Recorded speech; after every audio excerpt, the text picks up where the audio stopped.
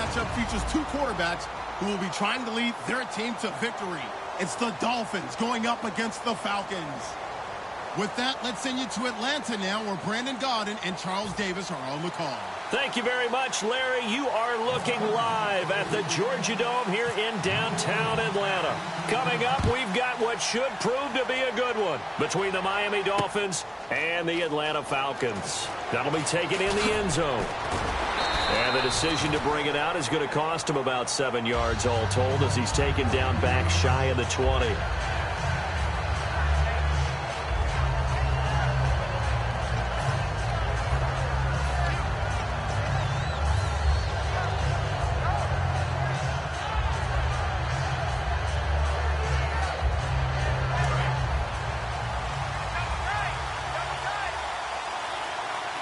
They come out with one back and 3 tight ends. On first down, it's Tannehill. It's a short one here, complete to his tight end. 5 yards on the catch there, brings up second down. Okay, the starters for the Miami Dolphins offensively. Charles, who are we highlighting? Got to highlight Jaycazzz, their running back. Came out of Boise State as a 5th-round pick, but most people had his talent much more like a 2nd round. There were some medical concerns with the knee, but he can do it all. Run, catch, block. He's truly a 3-down back. 5 yards left for the offense. It's second down.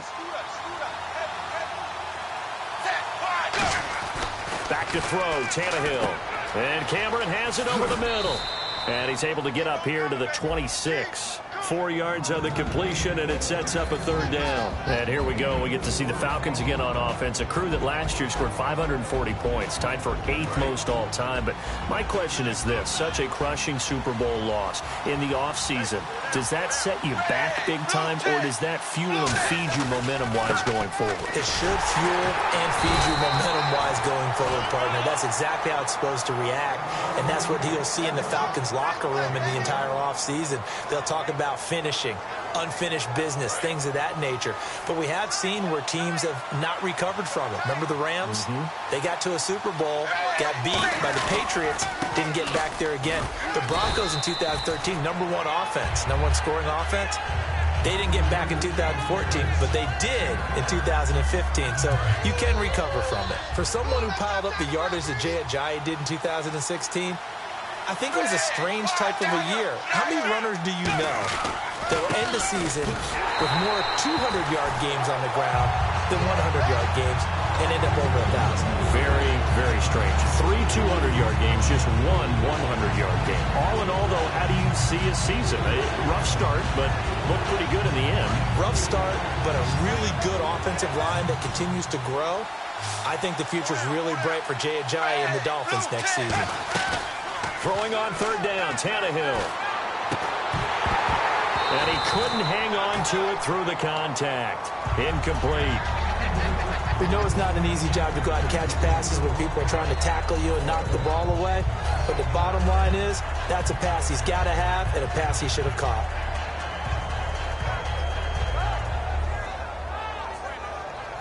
Okay, look at this. The punt team nowhere to be found. They're on the sidelines. Offense going to go for this on the opening drive. Tannehill. And this is caught. He hits Landry. What a decision to go for it on 4th from their own territory, and it pays off. 49 yards. And they pick up the 1st down on a 4th down play. I don't know if the defense relaxed because they thought maybe they'd stopped them on 3rd down, or if they just didn't protect the sticks very well. But, boy, that's a big-time pickup right there. Clock rolling as we hit the midway point of this first quarter. From the red zone now, Tannehill. They set up the screen to Ajayi. And he will take it in for a Dolphins touchdown. Jaycazzz, a 20-yard touchdown. And the Dolphins take it right down and score on the opening drive. There are several elements to a well-executed screen pass. This one resulted in a touchdown. It had all of those elements. Yeah, you're so right, because you really need the rush to almost get to the quarterback, almost get to the passer. then you've got to get the ball thrown perfectly, whether it's to the running back, the wide receiver, whoever the screen guy is. And, of course, the blocking has to form in front to get him downfield for the touchdown. Franks now on to kick it away after the touchdown. That'll be taken in the end zone.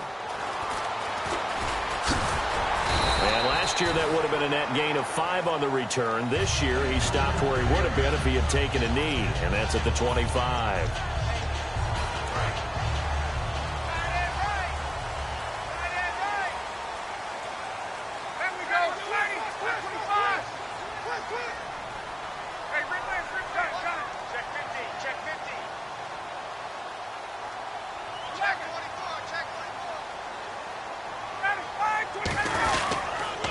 They'll run for the first time with Devontae Freeman. Officially no gain on the play, and it's second down.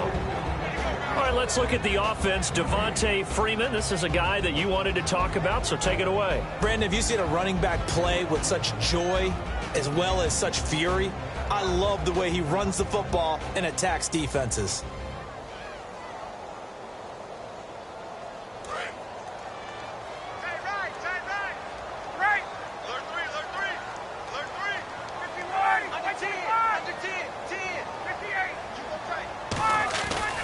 On second down, Freeman. And he'll get this one up to the 26. 1 yard, the official pickup there, so it's going to set up 3rd and 9. And a look at the starters for the Miami defense. The competition to go to the Pro Bowl at safety is fierce in the NFL, but Rashad Jones makes his case year in and year out as one who should go.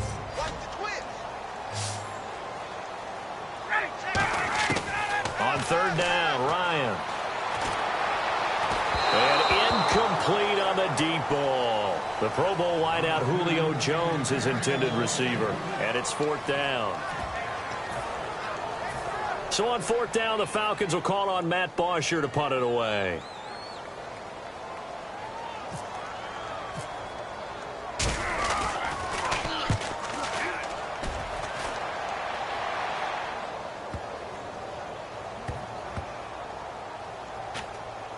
And this ball is going to be down now right at the 10-yard line. Good spot. The Dolphins offense now heads back on the field. And they'll just simply be looking to build off the confidence of the last time out where they scored a touchdown. And confidence is powerful, isn't it? When you've scored once, you feel like you can go back out there and get it done again. Doesn't matter what the defense throws at them. They feel like they're in a groove right now, and they want to get out there and show it. Yeah, hoping to stay in that groove here this go-around. They'll start out on the ground with Ajayi. And some room for him there as he'll take this up to about the 15. 5 yards is the tally on 1st down. That brings up 2nd and 5. Well, that's exactly what you want on a 1st down run. Pick up 5 yards, bring up 2nd and 5. The defensive line, though, they've got to figure out a way to out-leverage the guys up front because the offensive line is winning at the point of attack. And he's going to lose yardage here back to the 14-yard line. It's a loss of 2, now 3rd down. Brandon, that play ended so fast, it's almost as if the quarterback handed it to the runner, and the tackler was there right away for a loss of yardage.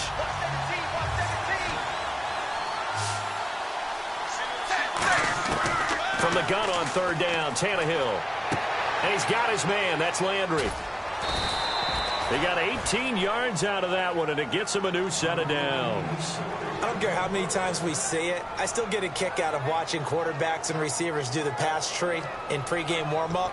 But I always remember that when we go to practices, we see that after practices as well. They really tune it up, don't they? They tune it up. They know why they do it for these situations. 1st down. And they build that trust, and that's why they're able to find him in this type of a situation.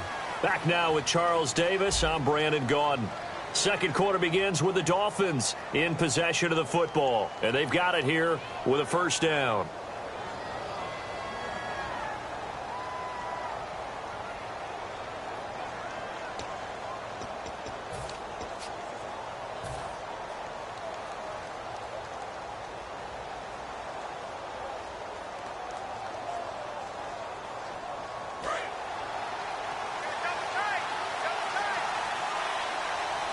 They come out here in the eye. Shift together here from the D-line. Tannehill now. They give to Ajayi. Yeah, give him 4 yards there. It'll be 2nd and 6. Not a run that you're going to write home about, but still a good first down run. That's what an offense calls staying on schedule. 3 to 4 yards on first down, you're set up very well for the rest of the drive.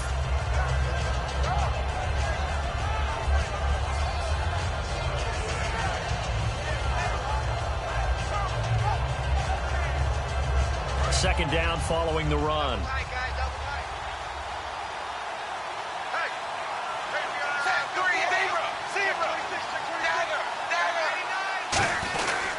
They run again with a J.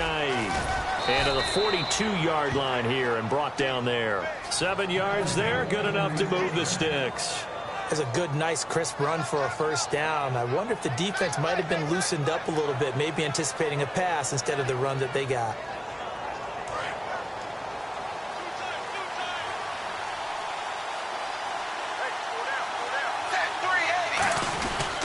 This is a Jay. Oh, he's got some breathing room. Jay's gonna go. And a cutback left and a crease here. And all the way in for a Miami touchdown. Jay with his 2nd touchdown here in this first half. And the Dolphins are able to grow their lead. And on that long run, maybe the defense caught napping a little bit. The concentration level may not have been there. I agree with you on that one, because those types of plays, when they result like that, they're almost like big bolts of lightning, aren't they? Whoosh, and off he goes. Now another shot here at the PAT. He missed one earlier, remember, but this time he gets it to go. Uh-oh, flag comes out here. This is going to be roughing the kicker. When you're going back there on the kick block, you've got to go to the right point. That didn't happen. Ran into the kicker. The penalty flag had to come out. And that'll carry over the back line of the end zone for a touchback. Atlanta now coming out on the field. And the first drive, 3 and out. Second possession. Let's see if they can get a little momentum. And oftentimes that first drive is just a feeling out process. You have some plays that you've got called and you want to see how defense reacts. It may not go terrific on the first one. Now they're ready to go. They've kind of got to look at them, got a sense. Let's see if they open things up a little bit. See if they open things up. Let's see what the defense does here, too, after a good stop. And, Brandon, I think Mohamed Sanu had a nice career while he was in Cincinnati, but he really elevated 2016 in Atlanta. The most catches for himself in a single season. 59 of them, 4 touchdowns. Really a nice compliment to Julio Jones, and he was a nice compliment in Cincinnati. I don't want to say he's not a number 1 receiver, but he plays that number 2 slot well, doesn't he? He does, and I think it's because of his versatility. He can play in the slot. He can play out wide. They can use him as a wildcat quarterback. He has thrown passes in the NFL. In fact, going back to his days at Rutgers, I think he threw 18 passes while he was at Rutgers, so you never know what you're going to get when Mohamed Sanu has his hands on the football.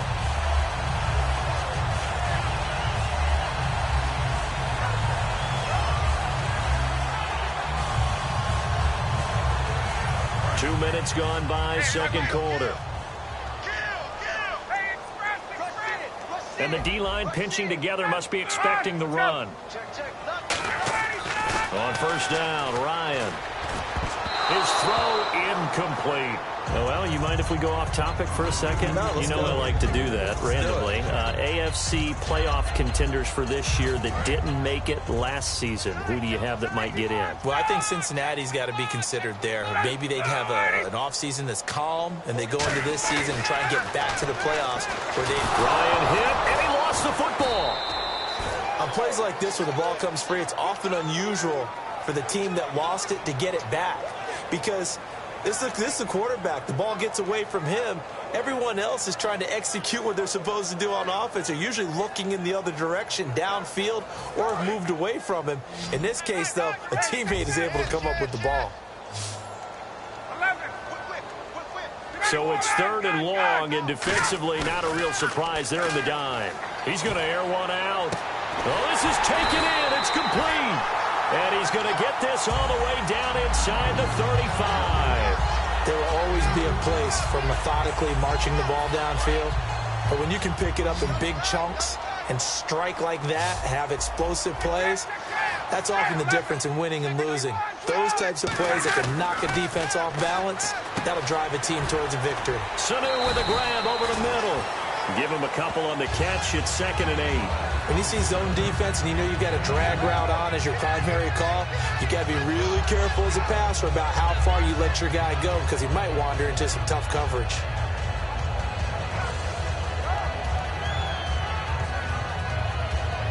Let's see what the offense comes with here, 2nd and 8. And with that, it's 2-minute warning time here, the NFL on EA Sports.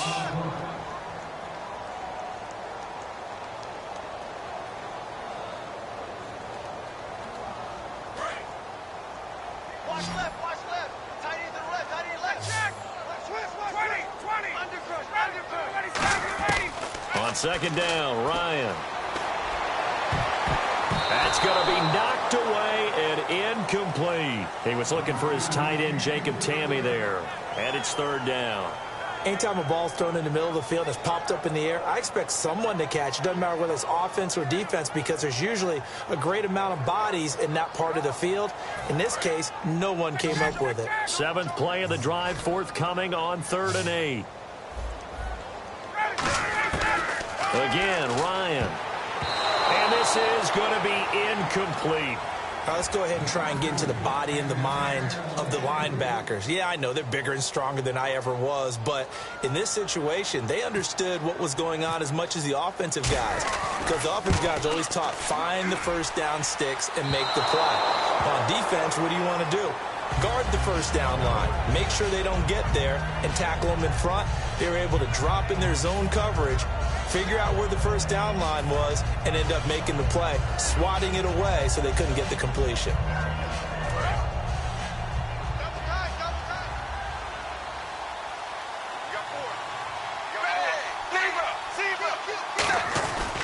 They'll begin the drive with a Jay. And he's got some space here. And he's taken down, but not before he gets this into enemy territory across the 40. Well, when you're able to break a run against a cover 2 or a 2-deep zone, safeties are back a little ways. What you're counting on is the guys taking care of business up front and then maybe climbing to the second level, that offensive lineman or tight end getting up to the second level and able to block the safety in order to create a big run. Now making those linemen work with a couple blocks. They look at all the way in for a Miami touchdown. Jarvis Landry, 36 yards. And the Dolphins add on to their lead. How about that touchdown, partner? If you blinked, you probably missed it. I looked away for just a second, and they were in the end zone.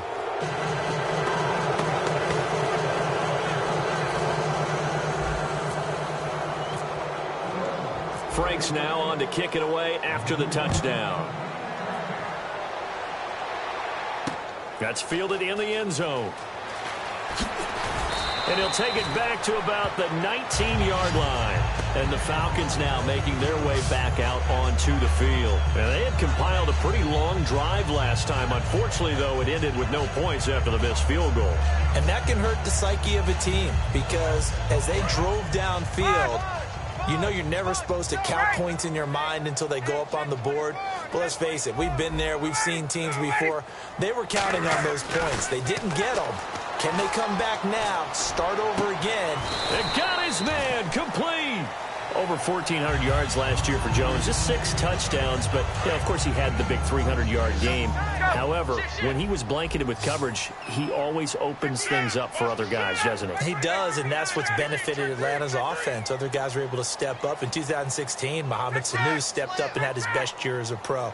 Austin Hooper, as a young tight end, really developed down the stretch. And Taylor Gabriel, who had come over as a free agent from Cleveland, he really flourished, actually led the team in touchdown catches. But there's only one Julio Jones, and you want to get the ball to him as much as possible. A little lull in the action here to go over an offseason storyline that's kind of interesting. L.A. a couple years ago, they have no teams, and now they're going to have 2 with the move from San Diego to L.A. What does that mean for the league and for the Chargers? It seems like an easier transition, doesn't it, than St. Louis when they moved back to Los Angeles. Less culture shock. Less culture shock, less, obviously geography, the whole deal.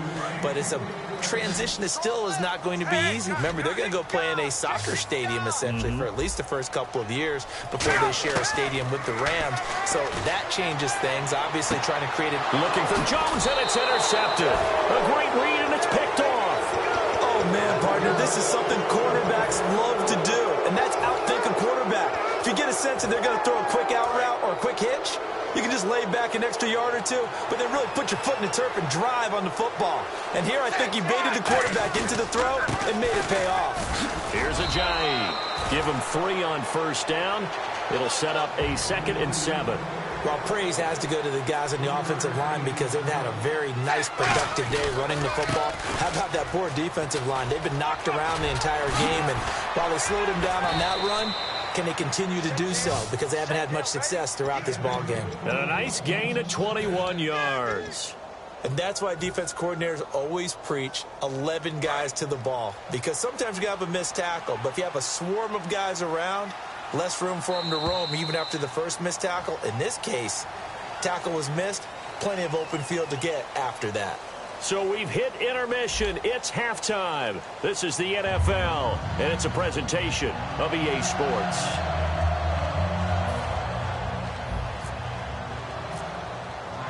Both teams appear ready for the fight ahead, and we resume action here in quarter number 3. That'll be taken in the end zone. And in hindsight, probably should have stayed where he was, as he'll only get back to the 16-yard line. And here now come the Falcons. They come out here with a 0 on the scoreboard. What was said in that locker room? That's what I want to know. I would love to have been in there because we often have the feeling that there's a lot of shouting, screaming, people upset. But typically, halftime locker rooms are a lot more clinical than that. And in this case, are they upset that the plays weren't working because of execution, or did they think they were just bad plays to call? Yeah. We'll find out pretty quickly here if they feel like they had something going, but they just need to do it a little bit better or not. We'll find out. And he's going to lose yardage here back to the 14-yard line. That's going to go as a loss of 2, and it'll be 2nd down. Freeman, the lone man in the backfield. Here's Ryan to throw. Getting it out left side to Sanu. Only 3 yards on the catch. It's 3rd down. And the offense moving quickly to the line. Check. 20. Here's Ryan. And incomplete. The contact made the ball roam free and brings up 4th down. That was a classic example of trying to run with the ball without securing the catch. He was thinking about those rack yards instead of making the catch first and then taking off. And a tough ask here. They're going to go for it on 4th down and 9. They'll indeed go for it with Ryan. Finding Gabriel complete. And he's able to pick up the first before he's taken down at the 27. I don't know if I agree with that. I guess they don't care if I agree with that. But, boy, you have to be surprised by that, right? I definitely was surprised that they decided to go for it in this situation. But they must have either felt like they either had a great play call on or they're trying to show extreme confidence. Now Ryan looking middle, and it's incomplete. That incompletion, Charles, gives me a chance to put you on the clock real quick. NFC teams last year that did not make the playoffs that might make a push this coming year. Well, 3 that come to mind right away that we thought were going to be in 2016. Minnesota, remember the start they got off to before that didn't work out so well for them. Arizona, we thought they were a lock to be in the playoffs. In fact, many of us called them Super Bowl contenders. And Carolina, the defending NFC champs going into last season, they didn't make it. So I think that all 3 could return to former glory. I'm going to give you one way off the pace here. You ready? Let's go. The Los Angeles Rams. Ooh. They get the young quarterback going, and that defense continues to live up to expectations. They can make a real strong push in the West. They've got the D. You're right. They just need the O. One thing I can say pretty safely, that route is not called if you don't have a guy who can throw the ball and put some mustard on it. Because if you're going to lollipop it in the middle of the field, bad things usually happen. It takes a strong-arm guy who can rifle it in there, and they were able to successfully complete that one. Fresh set of downs here. Check, switch. Hey, let's go. They'll run it now out of the gun. Looking to find a lane, but he can't. Reined in at the line of scrimmage. Just a yard on the first down carry, so it's 2nd and 9. I do know from experience that when you slow down someone's running game, you're now doing the dictating on defense. And guess what? Now you're getting ready to tee off on their quarterback because they have to throw it all the time. But you still have to be alert for the draws and other plays of that nature to make sure you don't get hurt. On second down, here's Ryan.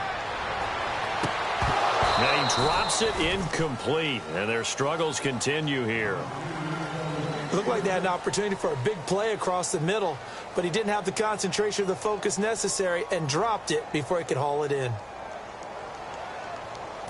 Now play number 8 on this drive, and they need 9 yards to pick up the first on third. On third down, Ryan. And he comes back with one complete.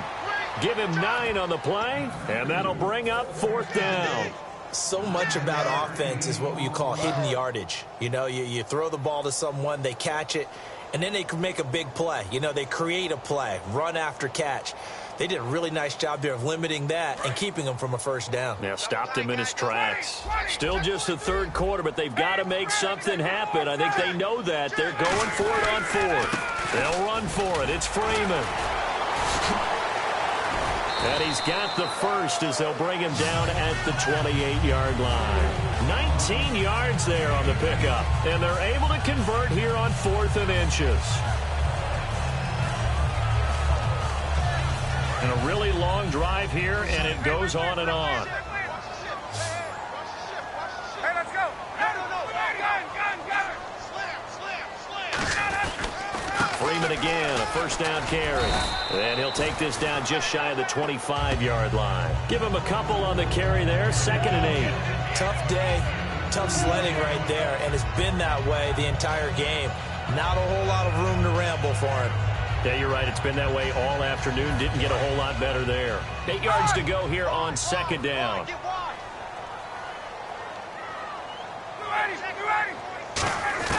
Now Ryan on 2nd down. Going to throw deep for the end zone.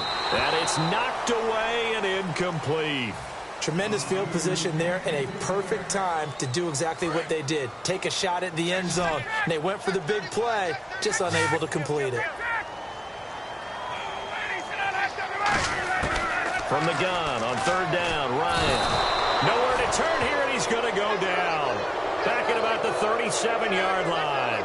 Defensive end gets in there that time. They were in a 4-3. What's the responsibility of the ends versus the tackles there, Charles? Well, most of the... Now hold everything here. We're going to get a timeout by the offense. It's just their first, so 2 remaining as they burn one here in this 3rd quarter.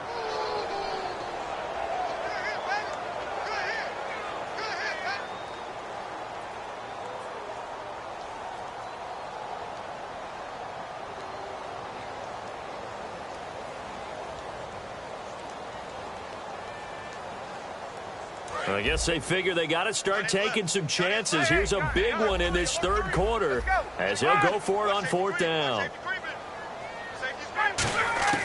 4th down. Here's Ryan. He's going to look deep down the field. And this is incomplete. Boy, it looked like he had it and dropped it. And the Dolphins' defense is able to hold. A look at the offense now here coming back out on the road for their first possession of the 2nd half. There's a handoff to Ajayi to begin the drive. And for one of the few times here today, this run's not going to go anywhere. It's a loss of a yard there, and now 2nd down.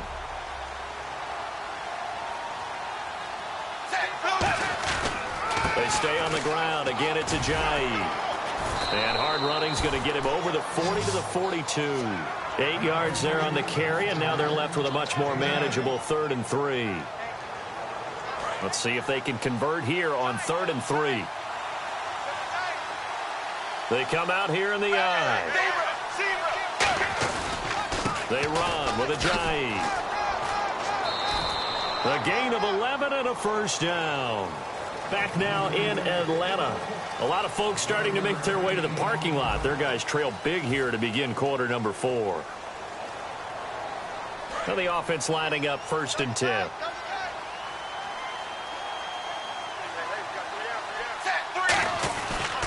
Now it's Ajayi. And able to push his way forward here for a good little gain. He'll get a nice chunk there on the first down run, and it's 2nd and 4. And in this situation with a lead fourth quarter, they're liking keeping the ball on the ground, I'm sure. That's just smart football, but you know the defense has to know it as well. They've got to stop them here. So now we're going to see that loading the box in a big way.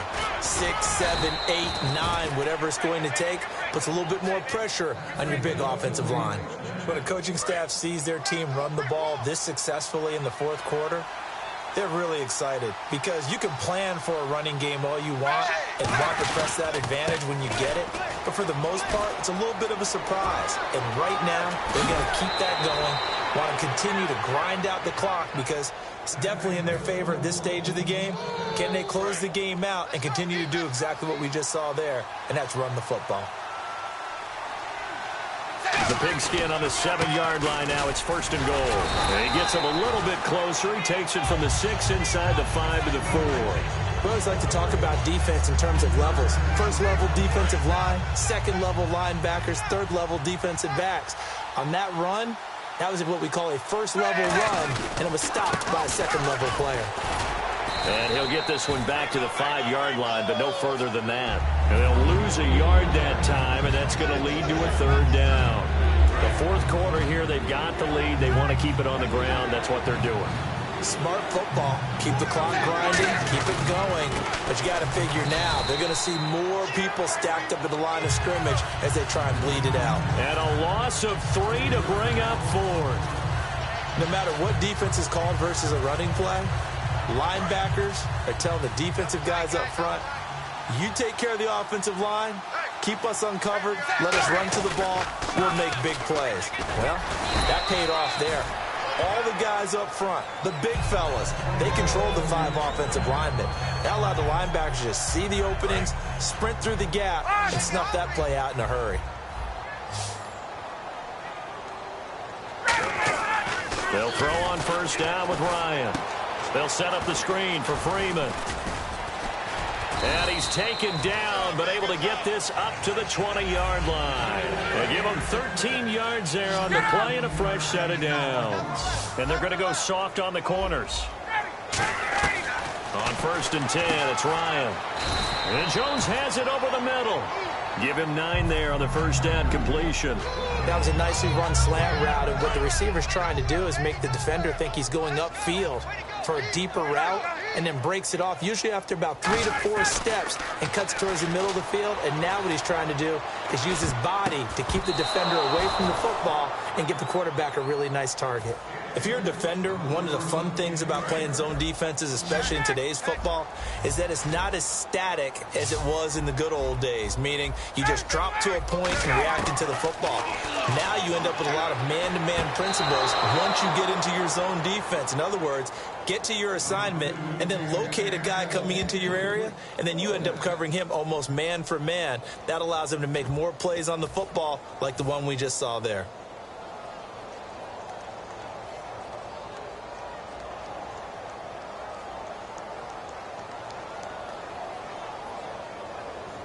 A critical one here if they're going to have any shot at this thing. So they'll go for it on 4th down. Here we go. It's Ryan on 4th down. It's caught. Jones.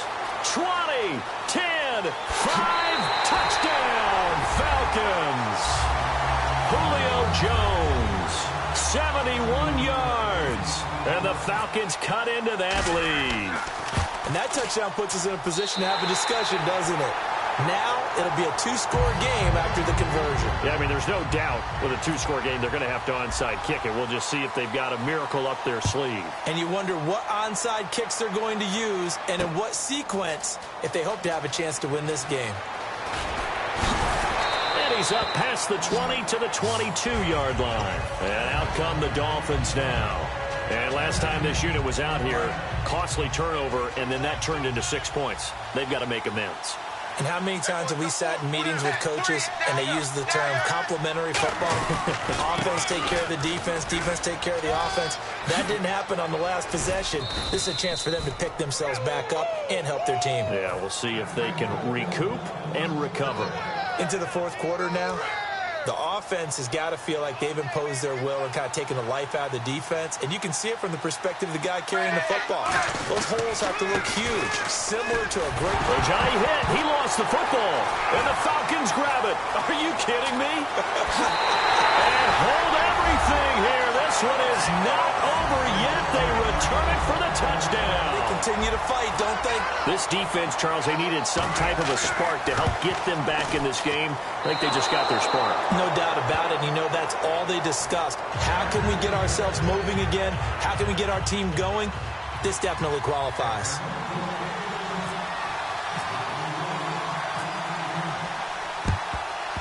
And this one travels out of bounds, so unsuccessful there on the onside kick try.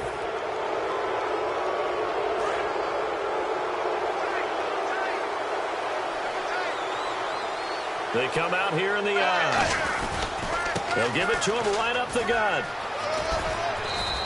3 yards on the pickup there, and it'll be second down. Yeah, that wasn't a big run, just a short one there. But guess what? Sometimes you treat it like boxing. You throw that jab out there, and you throw it again, you throw it again, then you come with a big punch later. Maybe they're just trying to set him up. Now a handoff here to his running back. Shedding the tackler, and it gives him some room. The 20. A really nice gain of 25 yards. Well, plenty of credit has to go to the guy carrying the ball. He broke the tackle and gained the yardage. But that doesn't necessarily mean that the defender's bad. They're not going to make 100% of the tackles all the time. Even the best in the game will miss one occasionally. The key is not to let it snowball and miss tackle after tackle. On that play, credit to the offense, but that doesn't make the defense bad. That's going to go as a loss of a yard, and it'll be second down.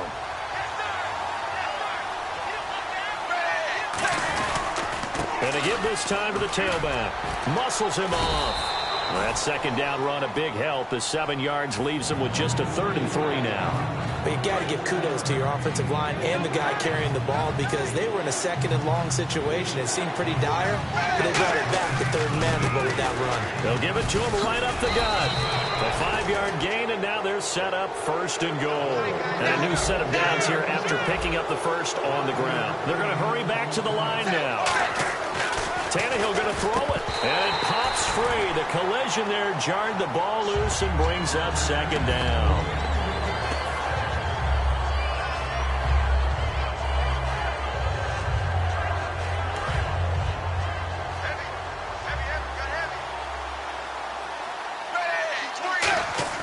Now Tannehill. And this will be caught. Well, forget taking the knee. Some late gamesmanship here as they throw for a late touchdown. Sometimes those tight ends are a mismatch. They found the mismatch there. And that's exactly why you want to draw up those types of plays because coverage is just going to go to the natural guys, the guys that make the big plays on the outside. But if you work your tight end into it, that's a tough one for a defense to handle. Tough. They couldn't handle it. It worked out for 6. So we had action to the very end of this one, the score on the final play that they didn't need to have. They didn't just run out the clock, though. They added to their final total. Played it all the way to the end, and you know some coaches preach that until they're...